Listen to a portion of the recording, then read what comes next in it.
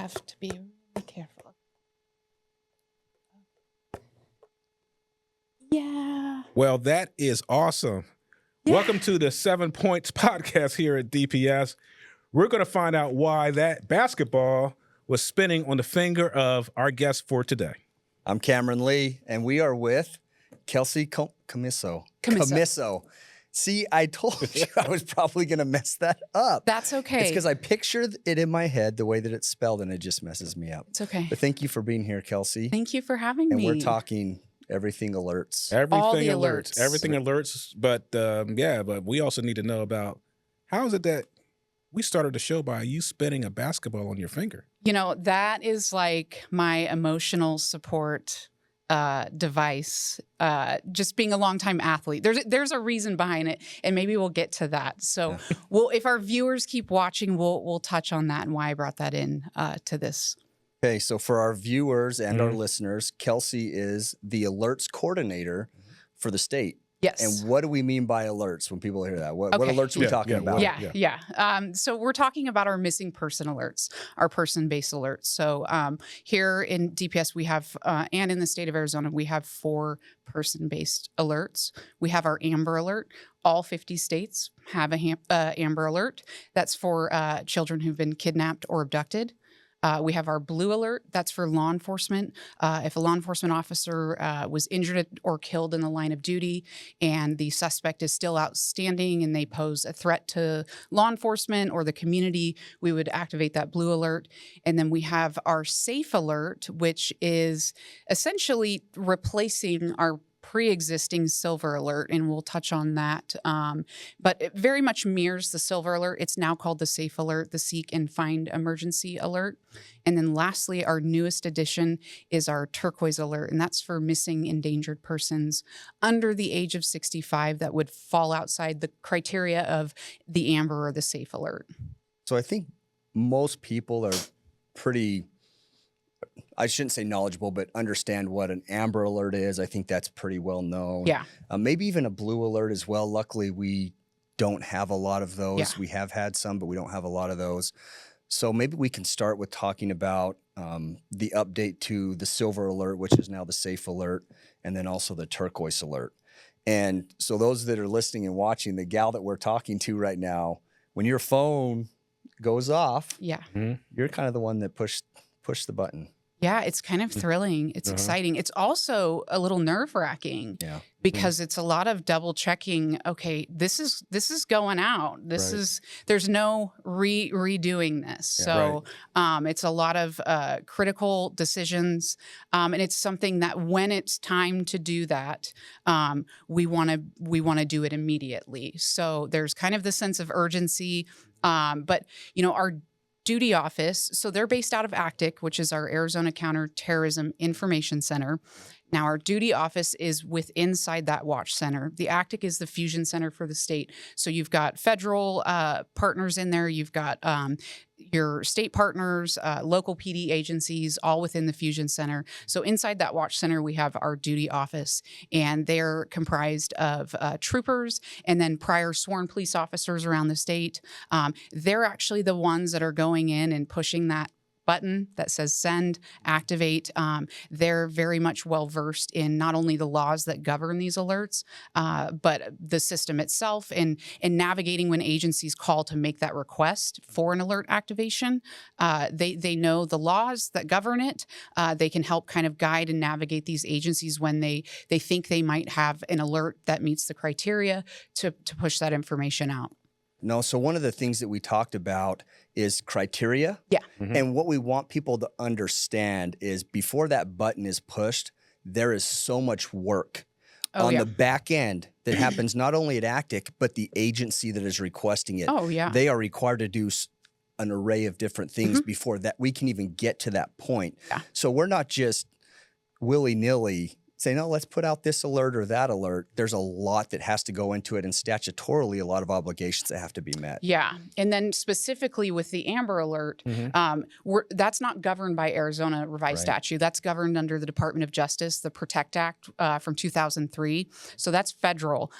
We follow the standard guidelines through that with the Amber Alert. And then each state kind of has their own variations with criteria, but everyone kind of follows the same guidelines that are issued by the Department of Justice. But respectively with the ones here in Arizona that are governed by Arizona revised statute, there's very specific criteria that's been written into law. So aside from just following the criteria, there's probably from start to finish of an agency calling the duty office to make that request to the time of activation, there's about 10 different steps that take place to get to that point of activation. And the first thing is just the agency's already filed a missing persons report, and that's for all of our alerts. The only time that wouldn't be required is in the Amber Alert type situation where a child's been abducted or kidnapped. There's a threat to life of serious bodily harm or death. We're not going to wait for that to get put into the system to activate an Amber Alert. It's go time. It's get that information out there to the public so we can locate and safely recover the child. When it comes to our other alerts, all of those steps that are taking place are the agencies filed the missing persons report, and then they're reviewing, familiarizing themselves with the criteria for the respective alert, and then contacting us verifying that, yes, all the criteria is met. And that information is given to us by their investigative work prior to that phone call. So asking those right questions when they're doing the investigation to help articulate, yes, this is why we believe this is suspicious or unexplained circumstance, or we believe they could be in the company of a dangerous person. Here's who that person is. This is why we think they're in danger. They've got to articulate those things to me. It's not just simply checking a box and just trusting, we trust our agencies in the process, but we need information to support that and come alongside that. Yeah. Well, I have a couple of questions about the Safe Alert. So if you could explain why the name changed, and also could you explain if the Safe Alert is the same at other states, or is it called something else in the other states? Yeah. So all 50 states have an Amber Alert. Not all 50 states have what we had formerly as the Silver Alert, now the Safe Alert. Now, there are probably over 50 different missing person types of alerts across all states. You're talking the Purple Alert, the Camo Alert, the Gold Alert. Put a color, put a name on it. There's variations of it. In each state, they adopt their own, through their own law, what that criteria looks like. Now, there are some states where it just mirrors perfectly that type of alert. A Silver Alert here in Arizona would be a same as a Silver Alert in Washington State, something of that nature. Okay. So the Silver Alert changing was part of a legislative process. So a House bill was brought forward back in January to, I wouldn't say expand the criteria or broaden it, but draw more attention to a component that may have been missed before or not fully talked about in our criteria. And so the criteria I'm talking about, and I'll just break it down to make sense of it, is the age requirement for our former Silver Alert was you had to either be 65 or older, have Alzheimer's or dementia, or have a developmental disability. Well, tucked into developmental disability was cognitive disability, which was oftentimes not talked about or overlooked. So this House bill brought forward, hey, there's people that are kind of fallen outside this gap of coverage that we're not talking about, that don't have autism, that don't have cerebral palsy, that don't have Down syndrome, which would be our developmental disability component. And now we're missing our cognitive disability portion of this, that they wanted to actually put that into the criteria so that it was visible, so that it was easily understood and recognized, so that we met a broader scope. So it ended up broadening that scope by making it its own, criteria component that was not specifically listed. It applied before, but I think it was really missed and tucked under there. So as far as the cognitive disability component, think of, an adult or a child that kind of lacks executive functioning skills. So their frontal lobe, they don't have the ability to make decisions. They don't have critical thinking. They don't know how to take care of themselves. They don't know where they're at. They don't know their directions. Or you can liken it to someone who may have had a traumatic brain injury.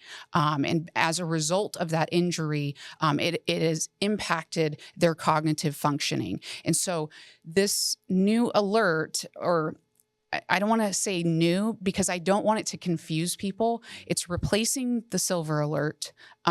It's broadening the scope with that cognitive disability component really being highlighted, so that we're covering more of a population. And just to be clear, cognitive disability doesn't mean mental health disorders. I know there's been a lot of discussion about that. So bipolar disorder, schizophrenia, anxiety, attention deficit disorder, attention deficit hyperactive disorder, those don't fall under cognitive disability. They can be paired with it if that's articulated. But this really broadens that scope by doing this, by changing that statutory criteria and really naming it. And then the other portion that was added to that was that law enforcement agencies across the state would be required to do biannual training, which is once every 2 years, that anyone within their department or agency would be trained on the Safe Alert, the Seek and Find Emergency. Anyone who has their hand in that. That could be your missing persons unit. That could be homicide unit. That could be your dispatchers or your communication supervisors. Anyone that has a role in the alert request, activation, filling out a packet, that they would be trained and understand the law to recognize those things so they could utilize that resource. And then there was the last thing that was added into the House bill that was first presented. And keep in mind that House bill went through several amendments and several revisions to where it got today. So things were taken out or put in, suggestions made. But that final bill was signed by our governor back in May and approved. So the last component of the House bill that was added was that DPS would not delay the alert activation upon request. And I just want to be clear, there's never a delay in the request when it comes to logistical things. The only thing that really delays once we know the criteria is met is things that are kind of outside of our control, whether it's we're waiting for the agency to send us their bolo or flyer that we need in order to push that information out, or we got a bolo and maybe a name is spelled wrong, or maybe a personal address is listed and we don't want that in there. Those are the things that might delay it. But we always activate that immediately once we know that criteria has been met. So in our duty office, I mean, they've got that down to a system of how that works from when they receive it and push that information out. And so lastly, just to come full circle on the Safe Alert, I think the name change is a positive thing because I don't know for you guys, but for me, when you think of the Silver Alert, you might have an association. Mm-hmm. I asked my parents this who live in Washington State, hey, when I say Silver Alert, who do you automatically think of? And they said, well, elderly people, like grandma or grandpa's wandered off and gone missing. So there's kind of that association, right, not just here in Arizona, but in Washington State. And so the name change itself, I think, helps us to not make that association, to know that there's more than just Alzheimer's or dementia, which is included still, has not changed, but that we're covering a broader scope. And changing that name might help people to be aware that we're not just looking for, grandma and grandpa that wandered off or got in the car and shouldn't have been driving late at night. Yeah. So in my experience, and you can correct me if I'm wrong, the Safe Alert, previously Silver Alert, is probably the most activated alert that we do.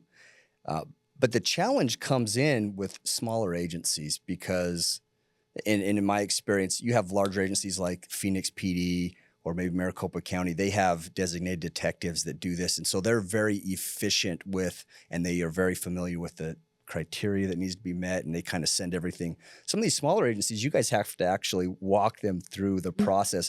Or when you send them the packet, it may be the first time they're even seen the criteria. Yeah. And so they have to, oh, shoot, I have to do this and this and this and this. Yeah. So that can take a little time, but we're there, you're there, Yeah. duty office is there to help walk them through that process. Yeah. Yeah. And that I've loved that part of this journey. So I started this position back in January and took over the position from the previous alerts coordinator. And my goal was just to figure out, okay, I work for a state agency. So just a little bit about my background. I was a Phoenix police officer for 8 years, working as a city cop. Very different when I came to DPS and understanding state agency, and just it gave me such it was very humbling in the sense of understanding being a state agency and the agency assist, kind of the go-to agency for all things and all resources. And oh my goodness, how many mileposts do we have here? And I know 100 blocks and all of these things. And so I'm like, how am I going to reach the masses as the representative, the alert coordinator for the state, for this entire state with the amount of agencies that we have? I think it's over 170, 180, correct me if I'm wrong, police departments that we have in the state of Arizona. How can I reach everyone to educate that this resource is available and is effective? It's proven to be effective. One of the things I did is I went back and I looked at data and statistics and compared things to see, hey, okay, we know the recovery rate when it comes to a silver alert activation. It's anywhere between 90, 98%. I mean, it's up there. But what's the percentage of the recovery as a result of us activating this alert through either the emergency alert system through TV and radio, or the wireless emergency alert system, cell phone, mobile device? And which the safe alert does not. Right. And yeah, and that's not a bad thing. While if my parents were missing, I would want that to go out through the wireless emergency alert system. Sure. We all want to find missing people. These are vulnerable people that are missing. We all have family, loved ones. We can put ourselves in other people's shoes and empathize with that feeling to a degree and have compassion. But what we don't want to do is overuse the system and desensitize a tool and a resource that our public says, turn that off, and doesn't want to help. And so our safe alert or silver alerts, we average annually activating 140 to 150 a year. So one every 3 days, maybe. If we imagine your phone going off. You sent that to a cell phone every single time you had one of those. You'd definitely get desensitized to it. You'd be, just tune it out. Exactly. You'd be Googling the quickest way to shut it off, and we don't want that. So, but our recovery rate is phenomenal, and our recovery rate as a result of this resource and this tool that we're gifted as the Department of Public Safety to just be the alerting authority for the state. And so we're just the gatekeepers of that. We're the pass-through agency that has the responsibility to protect the integrity of that system when that request is made from an agency for that activation. We don't take that lightly when those come in. We carefully review those because we know the impact that it has not only on our stakeholders, our broadcasters and our partners that are putting that information out or it's interrupting broadcasting. We understand the impact it has on the community, the resources, and so those decisions are made with the utmost care when we receive those. Yeah, and that recovery rate, and over the course of my career, I've seen many, many times where the public is the reason for that recovery, and I've been able to be a part of that or be there when that person, was reunited or I made contact with their family member, said, "Hey, we found your loved one," and so again, the purpose of these is to engage the public, so that we can have all of those eyes and ears out there helping us look. So there's all still investigative work going on. The family is doing what they can do, but we need the public. We have to have them to get this done. Yeah. Right. I mean, there's so much to be said about what our community offers us. We can have access to the most, intel, whatever you name it, system database. There's nothing quite like the community when it comes to who knows people best, who knows this person best. And I want people to understand when we get these requests in, I know because I've seen it and I've done it personally. I was in the duty office for a year activating them, that if you are the one receiving that request from the agency, it becomes yours, and you start to learn about this missing person. Whether you're talking to the detective assigned that case, you're getting further information from them, from the family about the missing person, and then you start to, it really humanizes that person for you, and it's personal. So when that recovery or that phone call or that email comes in for a deactivation that they've safely recovered them, and you were the one that activated that, it's personal and it's rewarding. And I can speak to our duty office that feels that depth and understands the importance of that. This isn't just a clerical thing of stamp, push a button. It's personal. Yeah. Well, I have to ask you about another alert, the Turquoise Alert.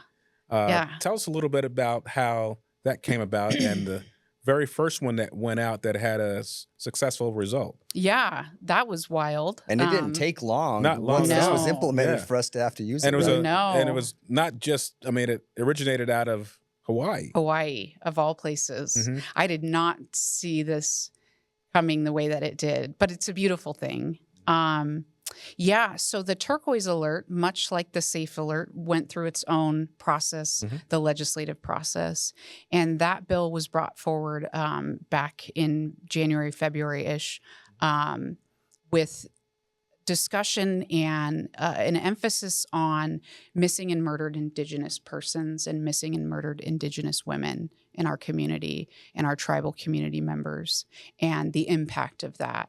And that's really where that fostered that discussion of, we need something to assist in this as far as resources, because we know one thing's not going to fix an entire problem, but it can be part of that solution. And this was an effort to bring awareness and attention to something that probably, I think, our public just is not as tuned in and aware that takes place. And this also resulted from the tragedy of Emily Pike, who was just tragically, violently murdered. And that's someone's, child, and in the way that it happened. And so all of those things really pushed a movement forward through the legislative process of people coming forward and saying, we need some type of way to let our public know when one of our community members has gone missing. And so through that legislative process, and that was several amendments and several changes that were made, came the Turquoise Alert. And it was first proposed as the Missing Endangered Indigenous Person Alert. Right. And then it went through name changes through that whole system. And DPS, we got to witness the process as it unfolded, as the back and forth of the name change, or what are the criteria, who should it cover, should it just be for our tribal members, should it be for those things. We kind of watched all of that unfold, and we were just willing and waiting to receive it however it panned out in that process, and happy to have another tool and resource to offer our community, our law enforcement partners. And so then came the Turquoise Alert. And so the Turquoise Alert, while initially proposed for just our Indigenous persons, tribal members, it was expanded in the final signing, the final bill, and the vote to include all members, including those of a federally recognized tribe, 65 years and under, and then kind of following and mirroring the Amber Alert that the person has gone missing under suspicious or unexplained circumstances, that we believe they may be in the company of a potentially dangerous person, and that if information is pushed out to the public, it could help aid in the recovery of that person, and that there's enough information that we have available to put out that information for the public. Because, we can't just say that, well, they left with someone, but we don't know who they are. Well, that's not helpful. We have nothing to say, be on the lookout for X, Y, and Z. So we need that information. And so the Turquoise Alert is another great resource for us. I feel like we've really covered the full scope with all of our alerts for our vulnerable members. And that's my passion is... I can tell you're very passionate. I very much care about vulnerable, marginalized human beings. I since I was little, I think I've always had kind of injustice sensitivity and always wanted to protect people. Hence, probably why I became a police officer and got in law enforcement. I don't know if you can see this. Well, yeah, for our listeners and our viewers, Kelsey's holding up a photo of you as a young girl and you as a police officer. Yeah, the day I got sworn in. And then my dad made carved this little wooden gun and gave me my tool belt and a radio and made me a little hat. And so this was my little childhood dream that became reality, but it really stemmed from just a heart for marginalized community members, vulnerable people. And that's essentially what our missing person alerts are for the people that can't speak. Missing people, we don't hear them. Who's speaking and advocating for them? And what types of resources can we use to advocate for them? And so when I think it was July 10th, we had the press conference with the governor to announce the Turquoise Alert, that it was live, effective, ready for use. And I remember being there that day and I'm like, how many phone calls are going to come in from agencies? I think we have something. I think we have something. And they did. And we sorted those things out and said, oh yeah, doesn't quite meet this. Hey, I need you to explain more. We're not in the business of denying. I'd activate them all if I could. Find these people. Why? Right. But I understand the process in protecting the integrity of the system and the role that we hold. But we navigated that together. And just our duty office was ready and trained and ready to receive that.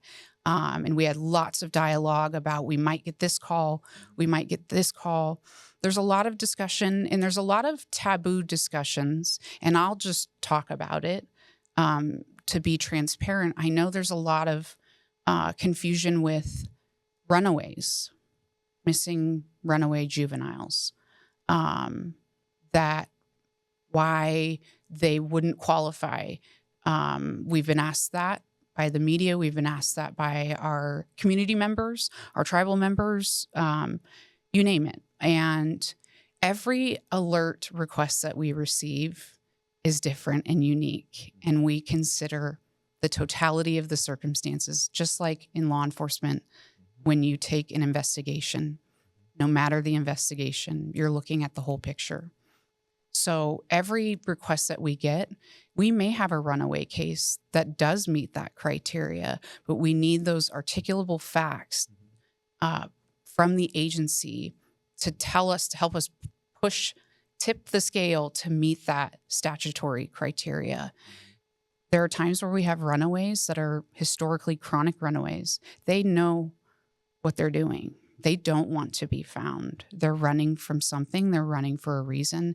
We've got 45 missing juvenile police report cases in the course of 2 years on that person. Now I can't confidently say that's suspicious or unexplained. And so we just have to really vet the information that the family provides the investigating agency. We are in the business of doing what we can as a state agency to assist our law enforcement agencies across the state in any way that we can. But but we have to honor and protect the law that it's governed by at the bare minimum and go from there. And we don't want to dilute the system and its effectiveness. And so our first activation that we had shortly after it became available for use was unexpected.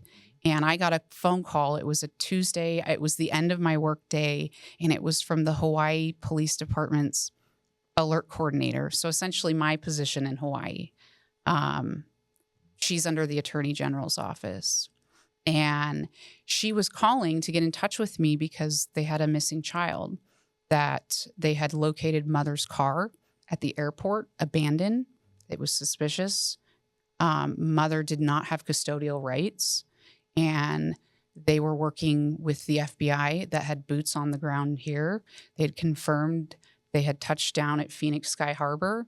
And all she wanted at that time was to send me their BOLO, the Be on the Lookout flyer of the missing child and the non-custodial mother, to locate this child. Given their case files with mother, she was in an unsafe space with mom. And mom didn't have legal rights to her and had left far across the Pacific. So when I got that phone call, all she wanted me to do was, hey, do you have like a law enforcement email distribution list that you can push this out to? Just to put the information out. We don't really want it to go out to the public yet because we've got the FBI, Honolulu FBI, boots on the ground there. We don't want to spook mom. We kind of think we may know where she might be at, but we're not sure. But can you push this out to law enforcement? I said, absolutely. Keep me informed, send me the info. And our Watch Center analyst unit up at ACTIC pushed that out to the distribution list. And then I went home that night and I just kept thinking about it. And I woke up at like 4 a.m. the next day and I'm pacing around the house and I'm like, the turquoise alert. Turquoise Alert, and I'm running through all the information she had given me about this, and I'm like, this check, and I'm pulling it back up, I'm verifying, I'm like, this is the Turquoise Alert. So I call my supervisor, my Sergeant Kim Loveness, and I'm all amped up, and I'm telling her this, and she's like, yeah, like full support. And so I couldn't wait to call their alert coordinator to say, hey, this is available if you'd like to use it. And I called, not realizing it's 3 hours earlier in Hawaii. Right. So she eventually called me back shortly after that. And so we coordinated that Wednesday. So it was Tuesday, the afternoon, sometime around 3:30. The next day, Wednesday, I told her, hey, we have a turquoise alert. Well, what's the turquoise alert? Well, I'd love to tell you. So full circle moment to, hey, our command staff says, yes, we want to, because I think they had exhausted all of their resources. They were still working out maybe whereabouts of the child and mom. And as soon as we got that go ahead, we just jumped right in and made that activation. And then about 5 hours later, she was safely recovered in Little Cottonwood, Arizona. Well, I can tell you, it was, I can only imagine how crazy it was for you guys, but in the public information office. Oh, yeah. Oh, man, we were getting blown up. Oh, yeah. You know? Yeah. And during that whole process, I know we were trying to proactively keep everyone in the know, right, because we were just waiting for hey, we want to utilize that resource. We knew it met the criteria, but it's up to the agency. We don't do it without the agency's request. Right. We can make suggestions. Hey, this might be helpful, but we also don't want to do something that's going to hinder someone's investigation. Right. We're not here to step on toes. We're not here to tell people how to do their work. We're here to support. So we're here to come alongside you. We've got this if you want it. If not, totally understand whatever we can do. And so just waiting and anticipating that. So it was like, call the PIO office. Hey, just so you know, we might be doing this and you might get an influx of emails and phone calls. So it was all hands on deck and a lot of coordinated effort from the federal partners, Hawaii. I mean, they were just wonderful to work with. And then to that full circle moment, it was kind of a whirlwind. I was not expecting all of that, but it was successful and we know that it worked. Yeah, because So- we were able to engage the public. Yeah. Yep. And so I guess we should probably close this out with a message to the public, Yeah. to our viewers, Yes. to our Yes. listeners about the wireless emergency alert system. Yes. Again, the safe alert, that's not going to come to your phone. No. There's things that are going to be posted on the overhead signs, things going out on social media. And again, we have had people call, say, hey, I think I'm behind this car that I just saw their license plate number on. So awesome. We want to talk quickly about the alerts that come to our phones. Yeah. Because I do know there are people that have maybe shut them off. Yeah. We ask what?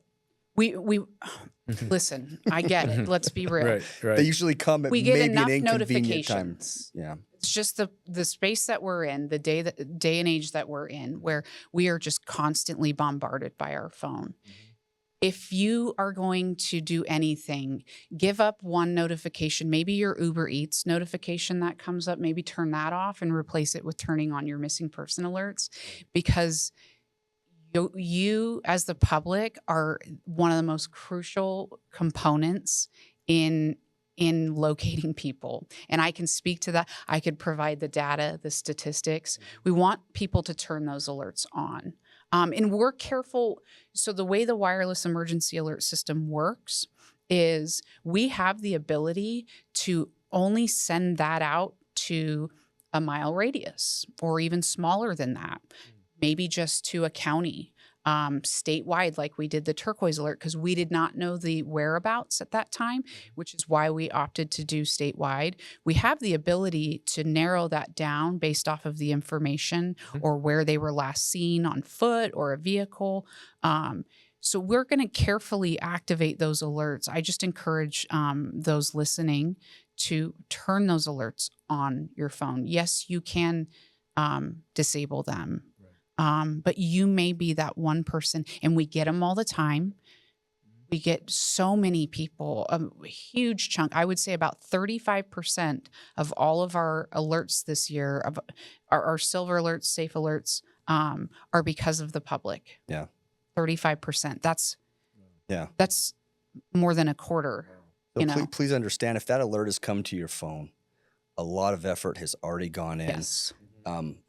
Most of the options have been exhausted already, and we are to the point we need your help. Yeah. And so you're getting that alert because we need you. And yes. Again, you geofence that is what you were just talking about. Yeah.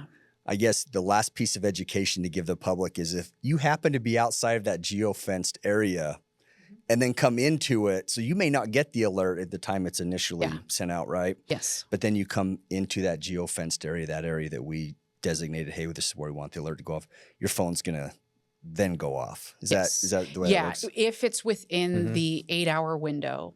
So once that's activated through the system that we use, it's 8 hours. It's 8 hours for our blue and turquoise, the amber's 10 hours.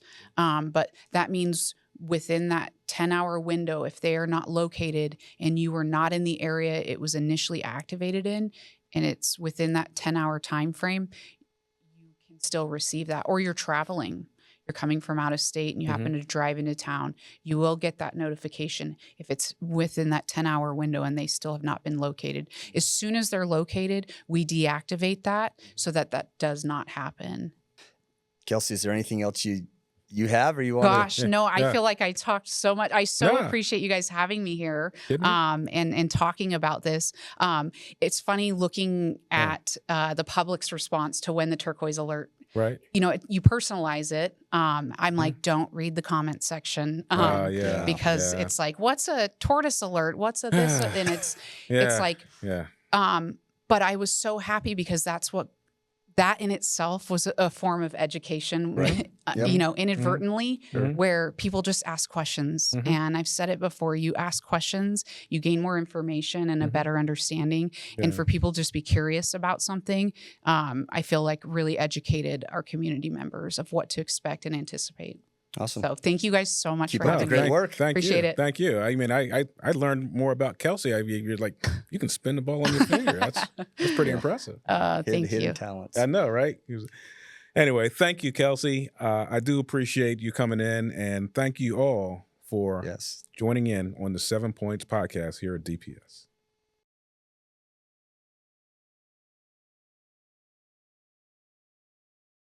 Just start spinning. Yep.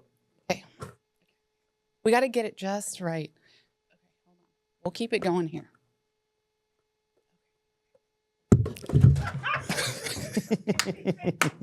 I hope we got that. That would be a good way to start that. We're still rolling, right?